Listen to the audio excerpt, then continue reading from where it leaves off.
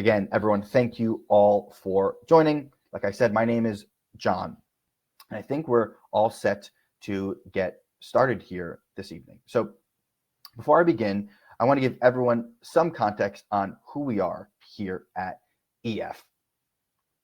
And whether you are a student or a parent, considering a gap year, actively planning, or just considering and exploring the possibilities for your family, you are in the right place. At EF Gap Year, we believe in the power of intentional time off, not as a detour, but really as a launch pad for personal growth, clarity, and confidence. And today we're thrilled to be joined by someone who has dedicated his work to exactly that same idea, DJ DiDonna. DJ is a senior lecturer at Harvard Business School and the founder of the Sabbatical Project, where he researches and shares the powerful impact that sabbaticals have on individuals and organizations around the world. Through his work, he's helped tons of organizations and companies create sabbatical policies, and he's gathered stories from people whose lives have been transformed from stepping away intentionally for a time. So we'll get much more into the conversation, but to quickly introduce myself, like I said, I'm John. And the most important context that I want to share with you is I actually am a former student and alum. I did the EF GAP program back in 2018 and now work full-time on the EF Gap Year admissions team. You probably have heard from me, more than likely one of the individuals who invited you here tonight along with my colleagues. I also am on the board of the Gap Year Association. So if it's not obvious enough, I too very am connected with this idea of this intentional time off. And before we dive into the conversation with DJ, I want to run very quickly through some context on who we are at EF and some of the programs we run. First thing you need to know, EF stands for Education First. It's the first question I always get. And we are the world leader in educational travel. For around 60 years, we've helped millions of people see new places, experience new cultures, learn new languages, and just discover new things about the world and about themselves. More than likely, you've maybe heard of us from our educational tours division. It's the largest provider of its kind, where we send hundreds of thousands of students around the world every single year. So, next time you're in DC and see someone with an EF backpack, that's us. Or maybe you have spent some time studying at one of the EF language schools and one of the 50 destinations they have around the world. Here is the spread. EF is actually a sprawling global organization that's comprised of 17 different divisions. We are here talking about the Gap Year segment. And as all of you know, because whether you're a parent of a student at this age or you yourself are the student at this stage, this time in life really represents a real inflection point. And at 18 years old, most students in America have been on what it feels to be an educational conveyor belt for the past 10 or 15 years, one that doesn't really slow down. And at that inflection point, they are staring down the next phase, whether it's college or university, along with the cost and the pressure and expectations of really needing to make the next few years count. I mean, this is the final stretch. And with that, the stakes are high, understandably so. And many of the students that we see are students on our programs who are in need of a pause to reflect on where they've been, where they are, and where they want to go from here. And it's not because that they are lost or because that they have slipped off of that conveyor belt. Many of our students join our programs with a strong sense of self-awareness and intention, really recognizing the value of using this time differently than some of their peers. And whether that's through choosing to explore a variety of places and themes, or in immersing themselves deeply in one city with an academic focus, they really see this experience as more than just a detour. They see it as a deliberate and intentional step towards their future. And they also are understanding that this success is not defined by one single path, and the right experience won't slow them down. Instead, it really equips them with that confidence, with that perspective, and those skills to really take on what's next in life, whether that's entering college with that renewed sense of purpose and sense of self. And I also want to address that on the other side of the equation, we have the world that the students are stepping into. I don't need to expand much more on this, but it's a world of turbulence and rapid change that we're living every single day, every single hour of the day. But that also presents some opportunity. And I say that because this traditional educational conveyor belt is one that tends to keep students focused on the next steps, leaving little room to look around. But we understand that stepping outside of that structure and immersing yourself in the world beyond the one that's your own can really broaden that perspective. And this is where programs like ours here at EF Gap Year really live, at that intersection between these really highly self-aware, growth-minded students and also the world of challenges and opportunities that they're facing. And it's why and how we create these programs to really help those students find that confidence and that path and just prepare them to thrive in today's ever-changing world. And I want to also just start with some context of exploring our different program options. I just want to give some context, as we're not going to get too much into the weeds with the specific logistical details of our programs. I will defer to your gap year consultant to really give you some context on all the different types of programs, the options, and what really makes the most sense for you and your family. But I'll start with the different types of programming options. We have our full EF gap year, which is 23 weeks divided over 2 semesters, really mimics an academic year. We also have our gap semester programs along with our study abroad programs. Some key details that you need to know. You can see some of the highlights here. The study abroad programming on the right really focuses on an intentional academic immersion in one location. Moving on to the left, we have our gap semesters, which is a focused exploration across multiple destinations. And we also have the EF gap year, which combines a little bit of both of those thematic approaches. And I'll give you some context by showing you an overview of the itinerary. This is the overview of semester 1 of the EF gap year. It starts with that guided exploration, intentional exploration along 6 different countries in Europe. Each country, or each week for the first 6 weeks, you're in a new country. Then it immediately moves on for the second half of the first semester with some intentional time spent in Australia. And the last leg of the first semester is spent in Thailand. And again, you can really get into the weeds on our website or speak with a gap year consultant on the different nuances of these programs and how this itinerary is curated. But I also want to take some time to highlight the second semester of the gap year. So after the first semester, you have a winter break to really process and sit with what you've just experienced. And now that you've gotten your grasp on that travel and the world, the second semester is all about cultural immersion. So you're really discovering what it's like to live independently abroad while either learning a language, which is option 1, or by doing an international internship, which is based in Stockholm, Sweden, which is actually where EF was founded. So again, we don't have time right now to get into all the details on the different itineraries and how they're constructed. We'll defer to the website and also your gap year consultant to help you. But I also want to take some time to really show the impact of what a gap program can do through some alumni stories. So I'll share some from Gabrielle, who took her gap before she started college, and she now attends DePaul University in Chicago. Gabrielle says, "My gap year later led me to Tokyo, where I landed my dream internship and eventually my dream job. The experience not only gave me the opportunity to live in Japan and learn about its culture, but also allowed me to gain valuable skills and connections that have since propelled my career." I also want to talk about Foster. He took his gap semester before he attended Lafayette College and actually interned with us last summer. So we had a really cool experience with Foster. And he says, "I came back with a totally new sense of confidence, a sense of independence. You come back with such a wide array of experiences, and it's hard not to gain confidence and a sense of adaptability from that. I felt like I was ready to take on the world, if you will."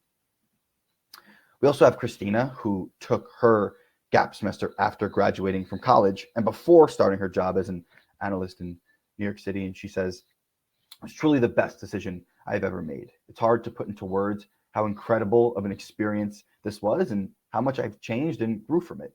My gap semester taught me to be more confident in myself and my abilities, which has helped me to move to a new city and begin this new job." And finally, I just want to share a note from Chloe. Chloe actually studied abroad with us in Seoul, South Korea, as her first semester of college, a really unique way to start college through our programs before returning to UT Austin. And she says, this was really a chance for me to gain some independence. It was also a chance to spend some time with my grandparents and really live like a local in Korea, not just a visitor. Travel will give you a completely different perspective of yourself and your culture. And with that said, I know I've been talking for a long time here. So with that, I would love to bring DJ into the conversation here and dive into his incredible background and the work that he is doing.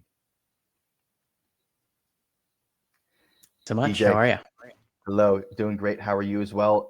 DJ, I would just love if you can share a little bit about who you are, where you're coming from, and how you got to where you are today before we dive into everything.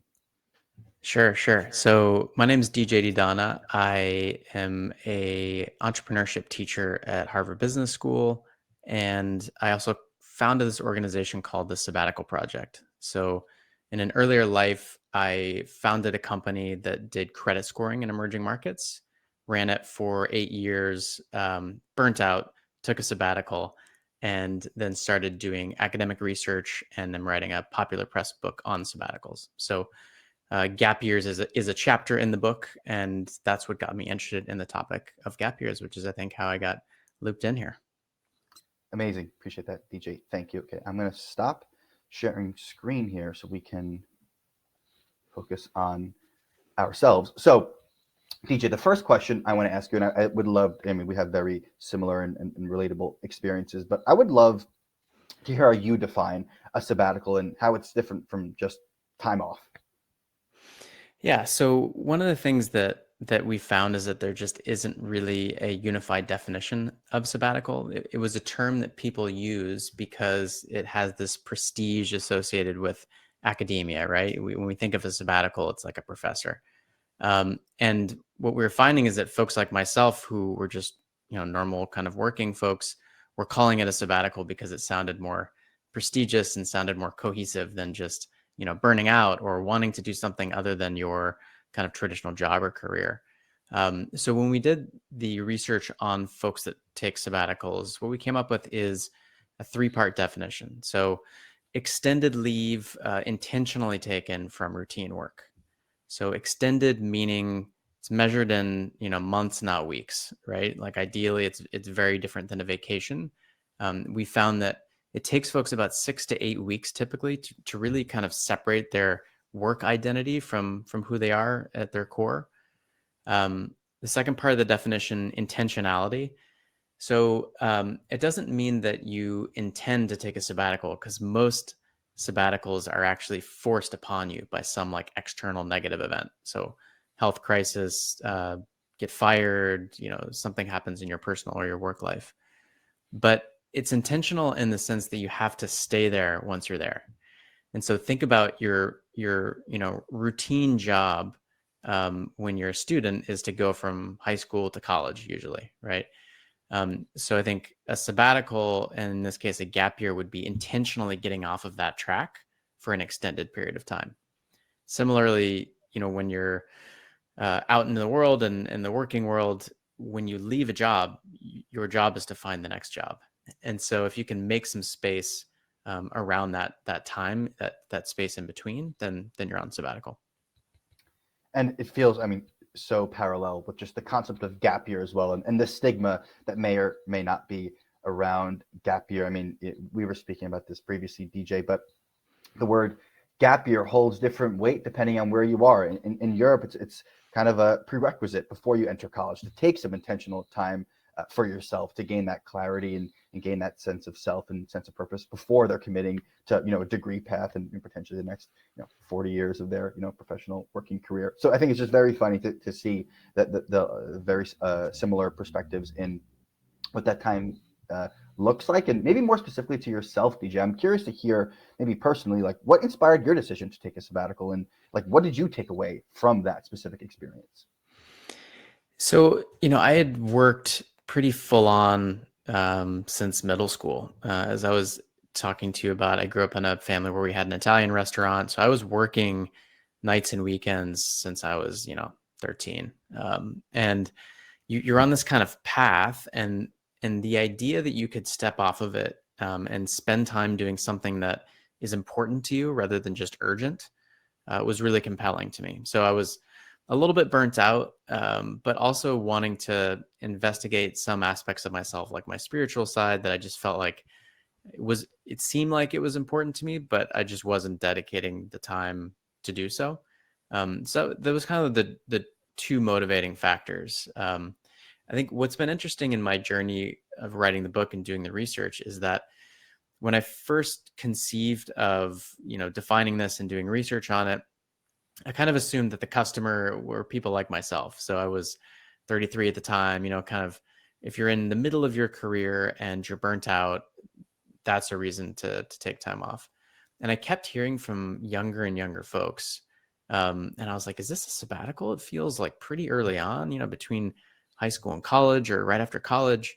And, the world has changed, right? Where folks and the hustle to get to where you want to be is starting sooner and sooner and sooner. So I do think there's like a burnout recovery narrative around sabbaticals and even stepping off for a gap year. But I think more importantly, if you can intentionally do it, you can really think about it as like an investment in yourself and in the future versus just like time to heal. What I think is interesting is, I mean, the past few years, more specifically to call out COVID, I think also did a number on students and families on what like kind of a very isolated time felt like. And I think we see kind of coming out of COVID, people seeing some sense of agency and kind of regaining their control of their time and what's important to them, specifically before they enter college or even middle of college or even before they enter grad school or whatever the next step, if that is the path for our students. And I know specifically I found myself in a spot, and maybe there are some people here in the audience that could potentially relate. I was someone in high school who was one of those students who had a lot of curiosities and interests and was pretty decent in a wide variety of subjects. So it made it a little bit more difficult for me to feel like I had to commit to one thing at 17 years old and commit to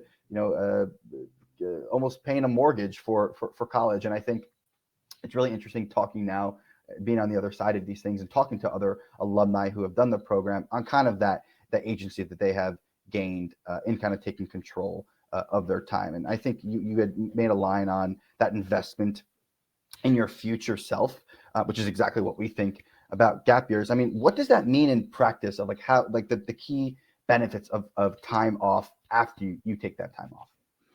Yeah. And I'll say, again, I don't know a ton about y'all's programming, and I'm not a gap year specialist by any means, but I will say that having not taken a gap year is one of my biggest regrets.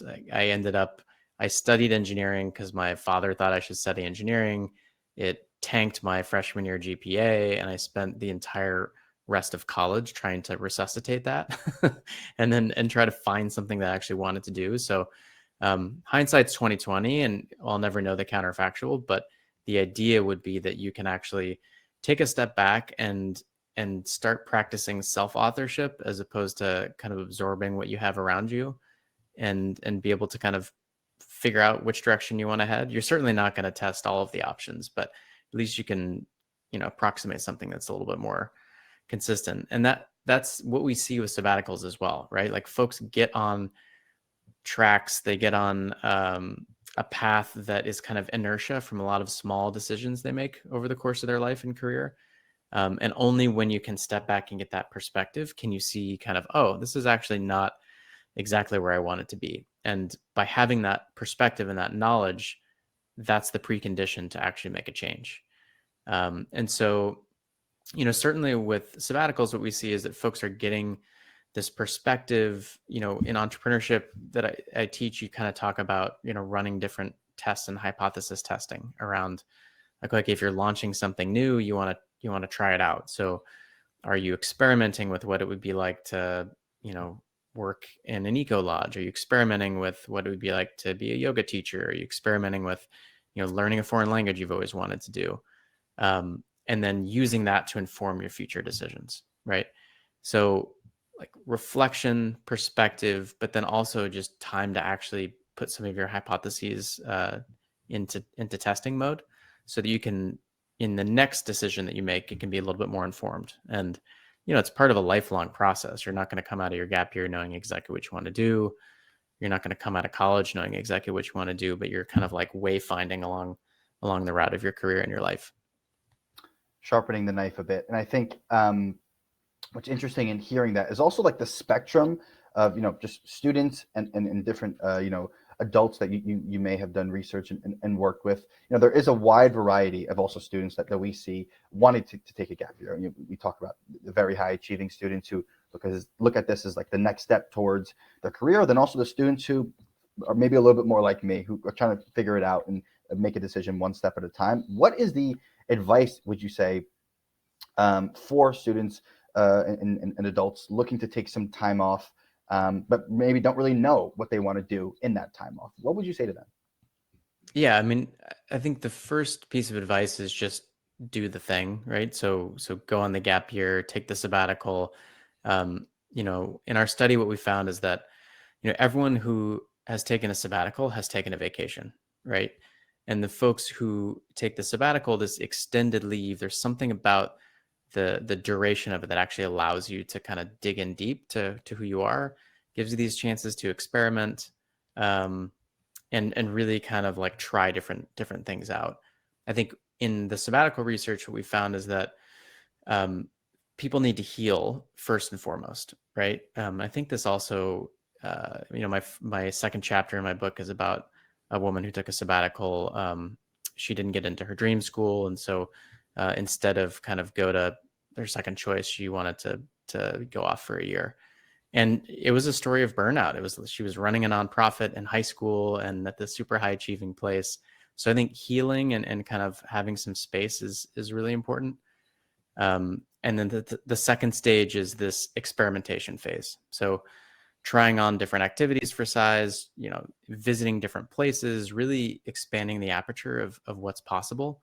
I think especially for folks that are younger and less well-traveled, it's this realization that there's many ways to live. There's different practices, cultures, and it really helps kind of put things into perspective so that you can then take the extra knowledge and context and go into phase 3, which is synthesizing those and deciding, which path you're going to go forward for the next part of your journey. What we see in the sabbatical research is that people kind of go down usually one or more of 3 paths. There's like the person that just needs to heal. So like the kind of burned out person, heal and detox. There's the person that is exploring, right? So either geographically or, kind of like career or like kind of personal reflection. And then there's the achiever who just really wants to accomplish something. So, think someone that wants to like always just wanted to write that book or always just wanted to become fluent in a foreign language. And so people tend to kind of stick to those different archetypes. I think if you can get yourself to be an explorer, I think that's the most kind of pure aspect of a sabbatical, right? Like really just figuring out what else is out there and treating it like play instead of like another job. Interesting. I think it's something that I hear a lot with the students that we're working with are kind of those ones who are trying to find like their mold on like what they're looking to get out of their gap year, because there are, for a lot of it, it's, what you make of your time off. And I'm curious to hear in your words, I mean, some of people that just worry about, taking time off might hurt their academic or career trajectory. I mean, how would you respond to a concern like that? So some of the research that I did for my book on this, there was, I think it was the dean at Middlebury, Rob Clagett. Have you seen this research? They basically did an analysis of where they anticipated students, given their high school background, GPA, testing scores, how they would anticipate them performing in college versus their actual performance. And it showed that people that took a gap year had a disproportionate amount of leadership positions. They were more likely to graduate on time than their counterparts, like a bunch of benefits. And that's a study that's online. I think the Gap Year Association might also have that summarized. And so I think what it's giving folks is like just more clarity of of who they are and what they want to do, more focus. And like what we find with entrepreneurship and sabbaticals, for example, is that people who go out and try entrepreneurship and fail um, actually advance 2 years faster than folks that just go in industry. And so the hypothesis behind that is that you're learning more about yourself. You're showing that you are comfortable taking risks and understand like what's possible and what you can achieve. And employers actually credit that and value that. So I think the same thing can be said about sabbaticals and gap years, where it's an interesting story to talk about in an interview, right? If someone's going to disqualify you for taking a year off or a year outside of the traditional track, it's probably a good sign that you don't want to work for that organization, I would think. Um, and yeah, it's like, LinkedIn introduced this career breaks feature, I think in 2021 or 2022, and you can find folks. There's like 500,000 folks who celebrate their career breaks. I looked up gap years right before the call. There's like 14,000 people that are currently on their gap year, right? So I think that like stigma around taking time off the track is not the track, I think has really disappeared or is disappearing. You mentioned the study from Middlebury. I know we spoke a while ago with heads over at Duke University, and Duke is a school that actually sees the value in gap year, so much so where they actually give scholarships to students who mention that they are interested in taking a gap year, because again, they are seeing that the students who take that gap year kind of come in to their school with that increased sense of confidence and clarity, and confidence also in figuring it out and exploring, and or just end up being more engaged in campus activities, campus life, and ultimately are a better reflection of the Duke brand and identity, which obviously is why Duke wants to encourage their students to do so as well. And so I think, on that point as well of, what makes you interesting, or, a piece to talk about on a college application or a resume. Another thing that we're seeing as well are how employers are like reacting in today's modern world that's being ever so digitalized by the advent of AI, where a lot of those like technical hard skills are kind of being expedited by the development and advancements of AI, and the pieces that are starting to come a little bit more from that are those like soft skills, as they as people mention them, the ability to empathize and see different perspectives and have that confidence to be okay with ambiguity. And I think it maybe sounds a little similar to some of the things that you might be referencing in your research as well. Yep, absolutely.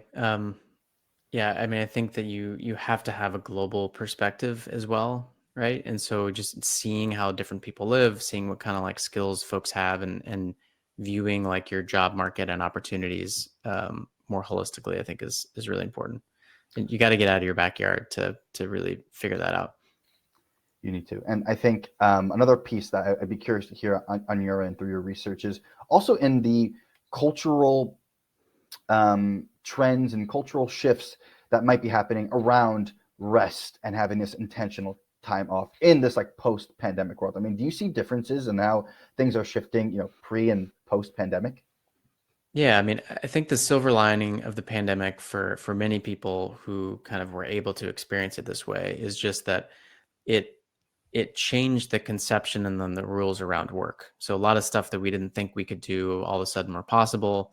It gave people this different notion of like, oh, when I'm actually at home, I'm experiencing much more of this life that I was not experiencing before. Many people, it was experiencing it too much. um, and it kind of renegotiated the way we think about work, right? I mean, how many folks ask, if a job is hybrid in person, how many days? And so I think it normalized a lot of things. And one of the things it normalized that you saw during the Great Resignation is just folks feeling like they can leave, they can have career breaks. I think that's what catalyzed the career breaks feature on LinkedIn. And, just different ways and different modalities of working and taking time off. So it certainly is in the zeitgeist. I can see from just the people who search sabbaticals on Google that I track. So it's changing, and I think the younger generations are the ones that are pushing this, right? like wanting to have meaning in work, knowing that companies aren't going to employ them for life or even for 10 years. And so realizing that you have to take time off to reskill yourself, to learn new skills, to heal yourself and get yourself ready for the next leg of the journey. That's all on you as the individual. So better to learn it earlier than later. Love that, DJ. Appreciate that. And one last question that I'd be curious to hear your insight on is just, frankly, with all the students and parents who are going to be receiving, this conversation, I'd be curious if you can just share, maybe one or two things that you think would be important for every student and parent here. One important thing that, they should know about taking time off. Any lasting words you'd want to impart to them? Yeah, I mean, I think that one of the biggest things I see with folks of all ages taking a sabbatical is just this change in kind of confidence and autonomy. And so you're doing something that the world, like the predominant story in the world still is that this is risky, right? It's like a gap. A gap is like a distance between something or like a breach, right? And so you're doing something that society maybe tells you isn't the smartest thing to do, and you're coming back and you're better off for it. And you realize that doing something risky is not that risky, and it actually can be a superpower. And so folks end up coming back feeling like they understand themselves more. They understand that some of the things that society and other folks tell them are risks or not a good idea. You need to kind of find out for yourself.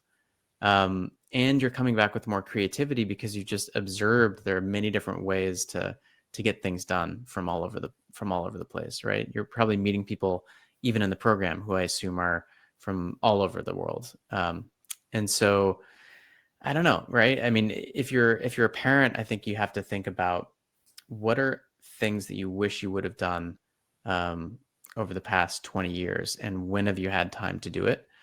And the answer for most folks is just you don't take a big chunk of time off. You don't make big changes until life forces you to. And so I think it's an opportunity to get ahead of that, be proactive, and start kind of writing your own story before you kind of fall into the ruts of everyone else's.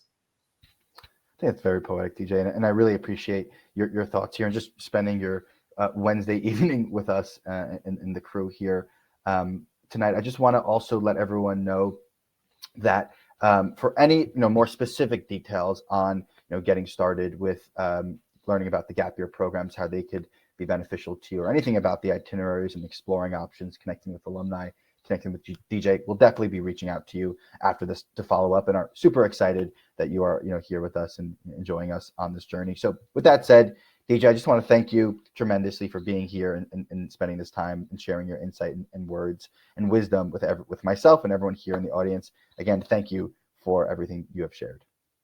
Yeah, happy to be here. You can find me on the sabbaticalproject.org, on LinkedIn. If I can be helpful, feel free to shoot me a message or follow us as we put the book out and talk about gap years.